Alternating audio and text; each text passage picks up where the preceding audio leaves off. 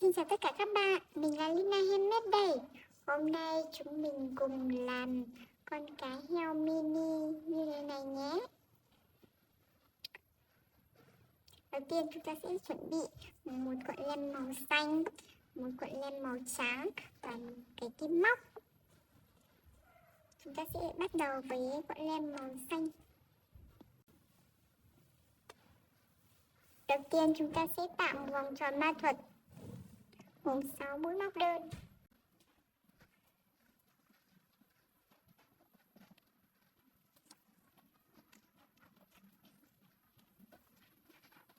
Mũi thứ 5, mũi thứ 6. Chúng ta sẽ trượt vào chân mũi đầu tiên.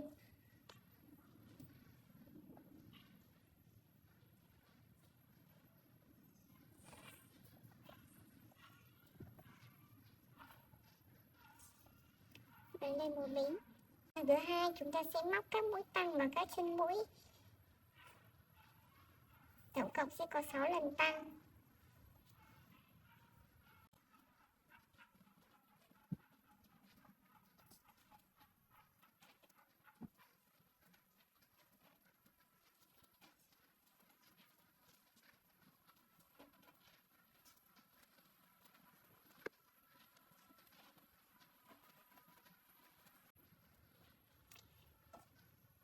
Sang hàng thứ ba, chúng ta sẽ móc cụm một mũi móc đơn và một mũi tăng. Một mũi đơn, một mũi tăng. Và chúng ta sẽ lặp lại cụm này cho đến hết hàng.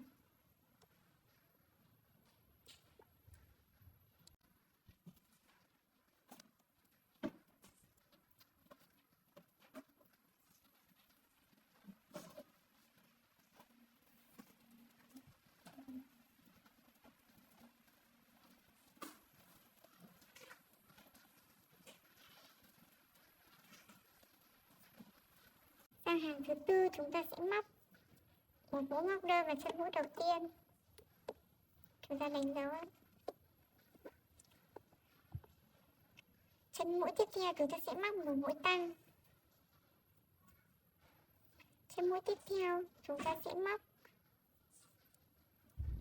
một mũi đơn. Chân mũi tiếp theo một mũi đơn. Và chân mũi tiếp theo là một mũi tăng. Chúng ta sẽ móc cụm 2 mũi móc đơn, một mũi tăng thêm 4 lần nữa.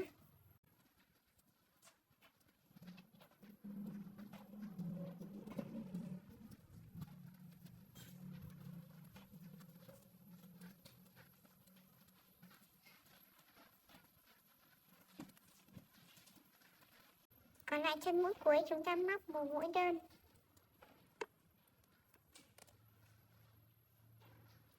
Sang hàng số 5 chúng ta sẽ móc 3 chân mũi đầu tiên là 3 mũi móc đơn. Chúng ta đánh dấu ạ. Chân mũi tiếp theo chúng ta sẽ móc một mũi tăng. Và chúng ta sẽ lặp lại cụm 3 mũi móc đơn, một mũi tăng cho đến hết hàng.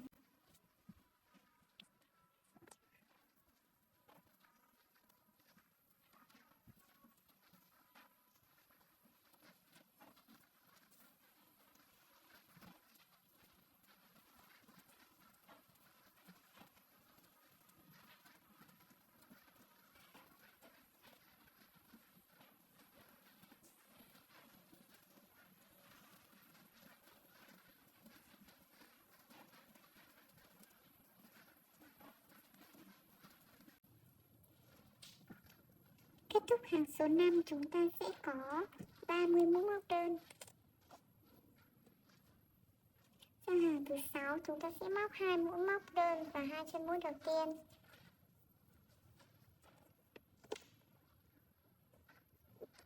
Chân mũi tiếp theo chúng ta sẽ móc một mũi tăng. 4 chân mũi tiếp theo chúng ta sẽ móc các mũi móc đơn. Chân mũi tiếp theo chúng ta móc một mũi tăng. Chúng ta sẽ lặp lại cụm 4 mũi móc đơn, một mũi tăng.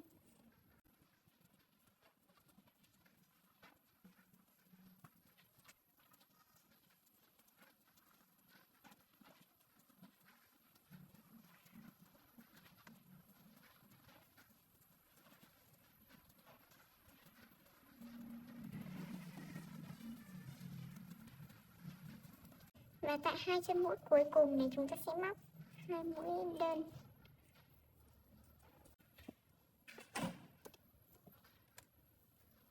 Kết thúc hàng 6 chúng ta sẽ có 36 mũi móc đơn. Sang hàng số 7 chúng ta sẽ móc 3 mũi móc đơn và 3 chân mũi đầu tiên.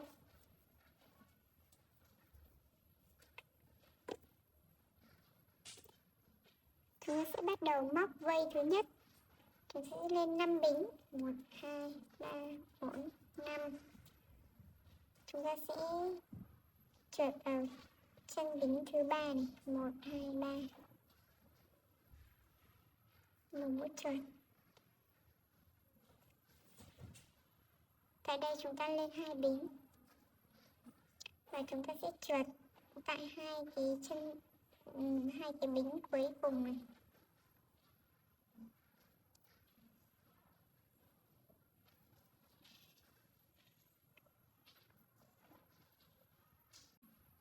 Chúng ta sẽ móc một mũi trượt luôn vào cái chân mũi vừa lên bính.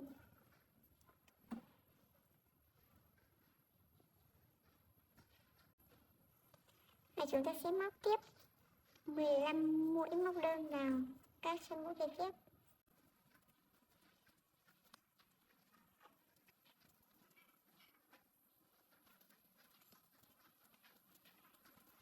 Mười, 1, 2, 3, 15. Tại đây chúng ta sẽ móc vây thứ hai.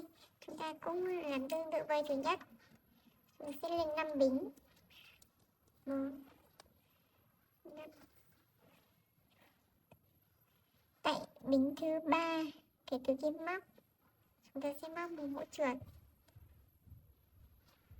Tại đây chúng ta sẽ lên 2 bính. Và chúng ta sẽ trượt vào hai mũi bính còn lại.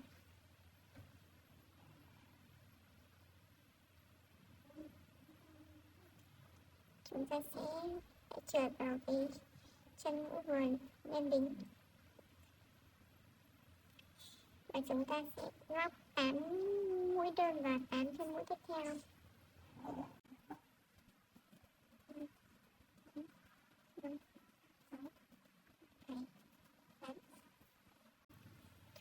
Chân mũi tiếp theo chúng ta sẽ móc một mũi nở kép.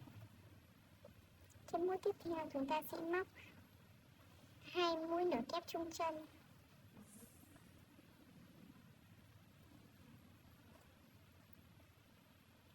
Tại đây chúng ta sẽ móc. Tại đây chúng ta sẽ bắt đầu móc phần đuôi cá. Chúng ta sẽ lên 5 bính. 3, 4, 5. Chúng ta sẽ trượt vào một mũi trượt.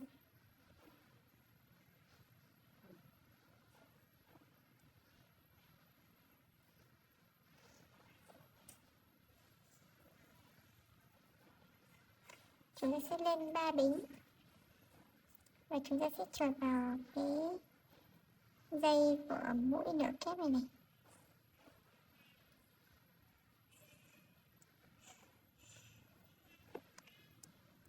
Tại đây chúng ta sẽ lên 6 bính. 1, 2, 3, 4, 5, 6.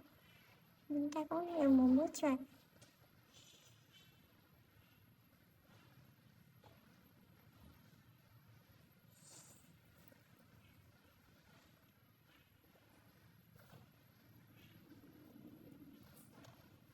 Chúng sẽ lên 2 bính. Và chúng ta cũng trượt vào cái phần của mũi nở kép này này.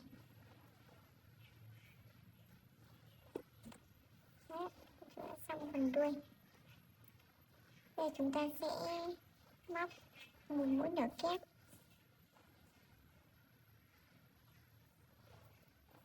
Chân mũi tiếp theo chúng ta sẽ móc 2 mũi nở kép trung chân.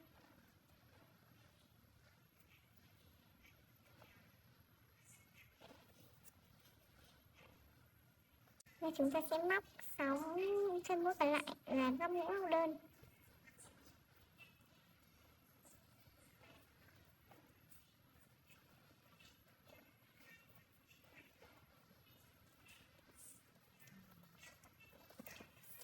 thúc hàng 7 chúng ta sang hàng 8, chúng ta sẽ móc 3 mũi móc đơn đầu tiên.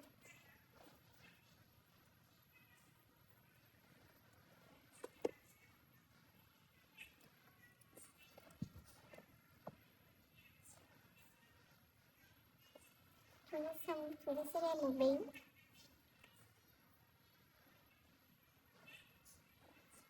Và chúng ta sẽ móc các mũi móc đơn.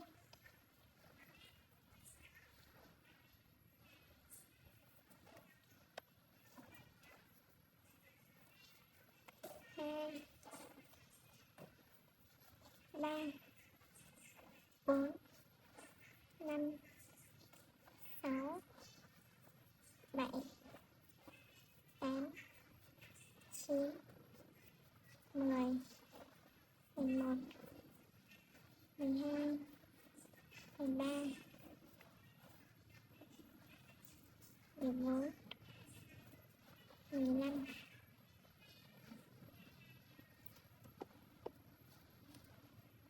Từ phần lên đính của vây thứ nhất thì chúng ta sẽ móc 15 mũi móc đơn đến vây thứ hai.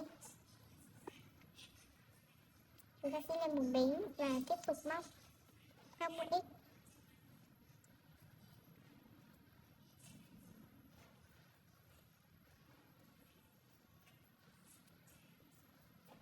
Đó.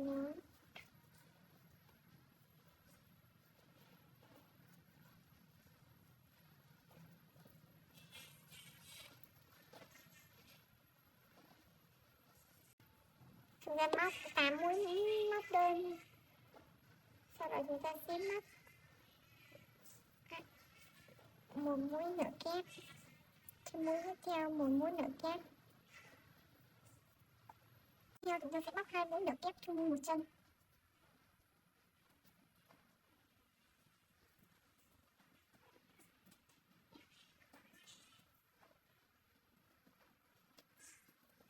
Trên mũi tiếp theo chúng ta sẽ móc một mũi nửa kép.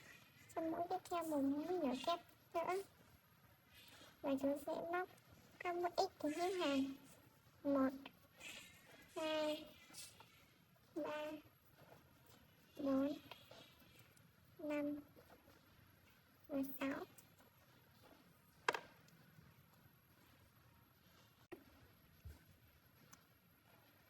Tại mũi cuối của hàng thứ 8, chúng ta sẽ tiến hành đổi sang len màu trắng.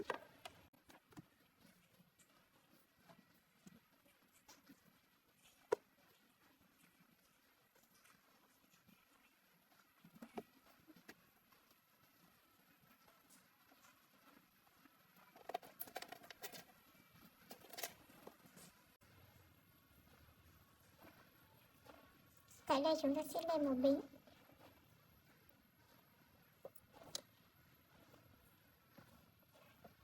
Chúng ta sẽ tiếp tục các mũi móc đơn và các chân mũi tại hàng thứ 9.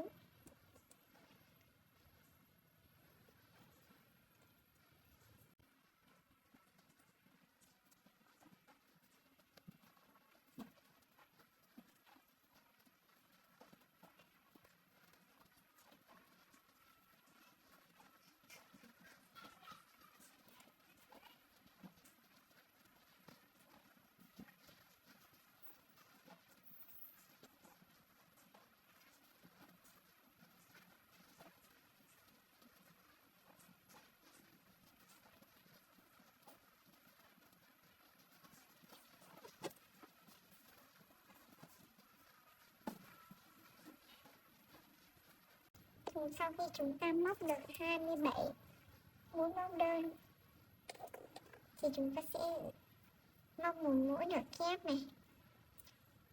Chân mũi tiếp theo chúng ta sẽ móc 2 mũi nửa kép chung chân. Chân mũi tiếp theo chúng ta sẽ móc một mũi nửa kép. Và chúng ta sẽ móc các mũi móc đơn đi cuối hàng. 1, 2, 3, 4, 5 và 6. Kết thúc hàng số 9 thì chúng ta sẽ có 36 mũi móc đơn. Sang hàng số 10 chúng ta sẽ móc cụm một mũi móc đơn và một mũi dạn. Chúng ta sẽ lặp lại cụm này cho đến hết hàng.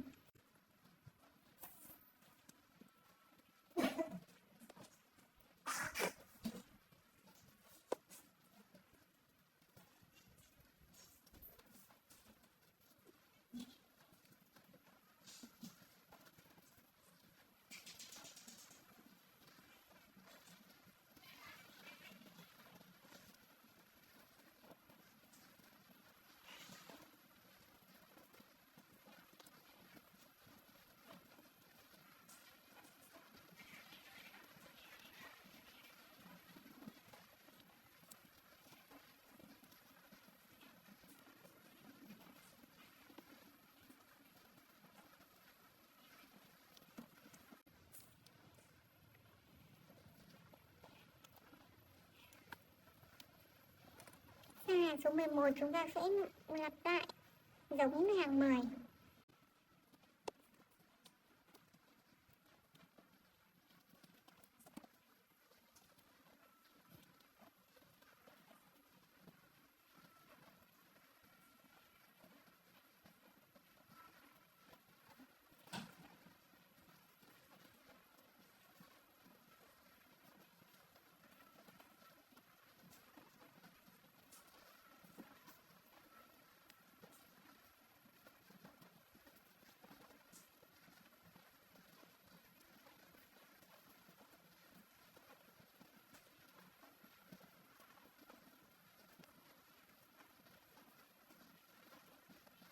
Tiếp theo hàng số 11 chúng ta sẽ tiến hành nhồi bông.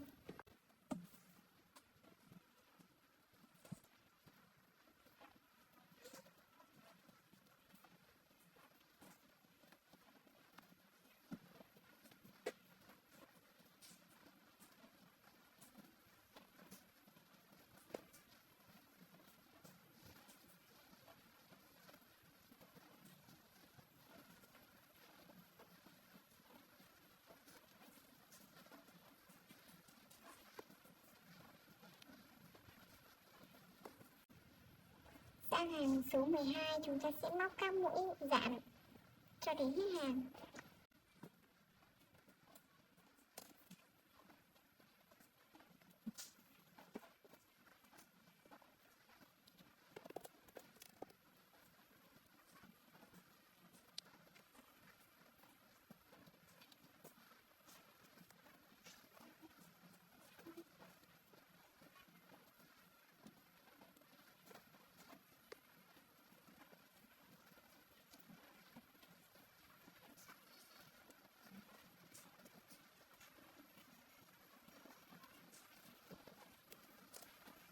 Cuối chúng ta sẽ cho các hàng. Chúng ta sẽ dùng kim khâu len.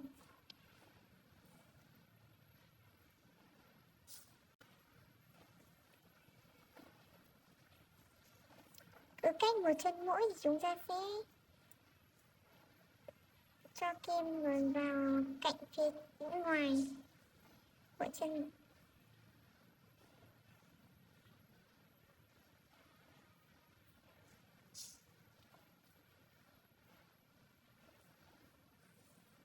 Và chúng ta tiến hành xếp cái vòng tròn này lại.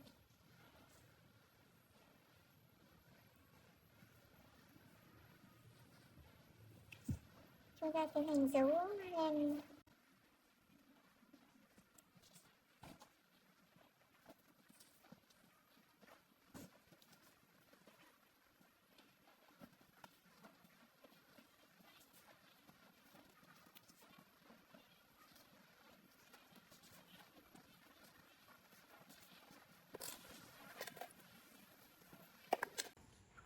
Ở đây chú là chú cá heo đã được gắn mắt